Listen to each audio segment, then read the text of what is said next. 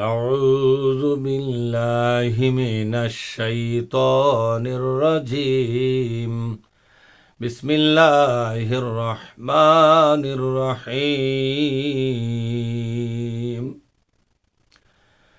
فقد كذبوكم بما تقولون فما تستطيعون صرفا ولا نصرا ومن يظلم منكم نذقه عذابا كبيرا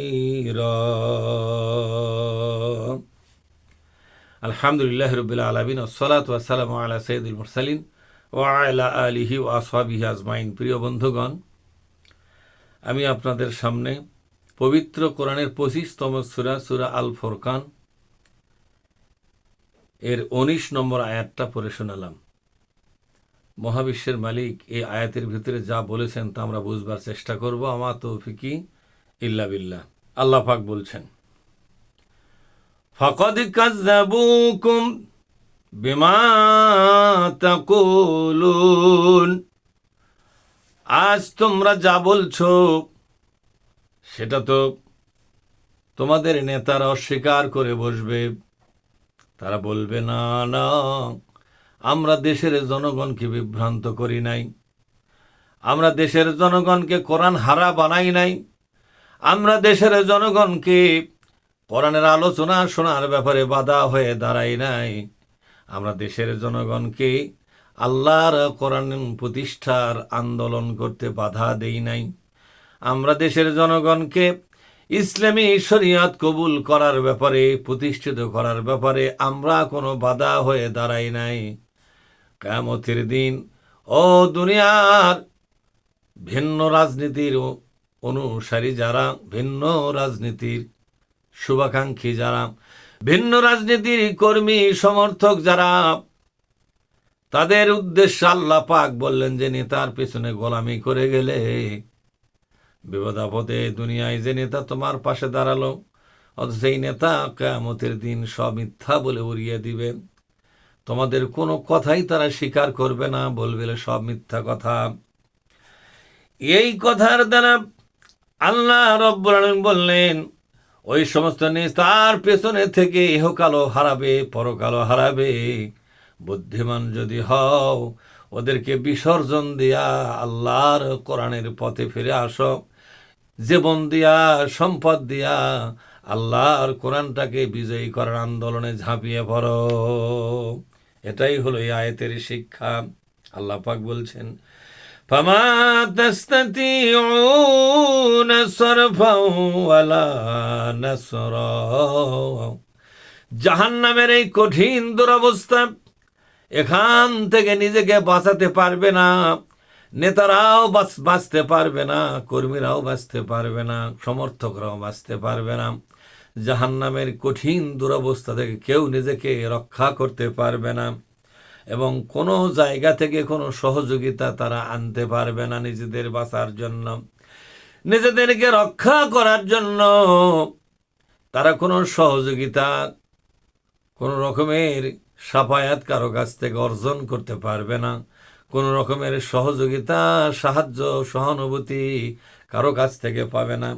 আল্লাহ পাক বলছেন, ওয়ামান ইয়াযলিম মিনকুম নুযিকুহু আযাবান কাবীরা। যারা নাকি জুলুম করবে তোমাদের মধ্যে, একথার মানে কি, তোমাদের মধ্যে একদল লোক আছে সর্বপ্রথম এরা জুলুম করে আল্লাহর উপরে। মানুষ যখন শিরকের গুনাহ করে, এই শিরকের গুনাহ আল্লাহর প্রতি জুলুম করা হয়ে যায়। মানুষ যখন ভিন্ন রাজনীতি করে তখন কোরআনের প্রতি জুলুম করা হয়ে যায়। মানুষ যখন ভিন্ন নেতা নেত্রী মানে তখন রাজনীতির ময়দানে বিশ্বনবীকে অপমান করা হয়ে গেল, বিশ্বনবীকে বিসর্জন দেওয়া হয়ে গেল। মানুষ যখন ভিন্ন সংস্কৃতিকে লালন করে, মানুষের তৈরি করা সংস্কৃতি, অন্যান্য বিজাতীয়দের তৈরি করা সংস্কৃতিকে মেনে চলে, তখন তারা আল্লাহর কোরআনের পবিত্র সংস্কৃতিকে অস্বীকার করে বসে।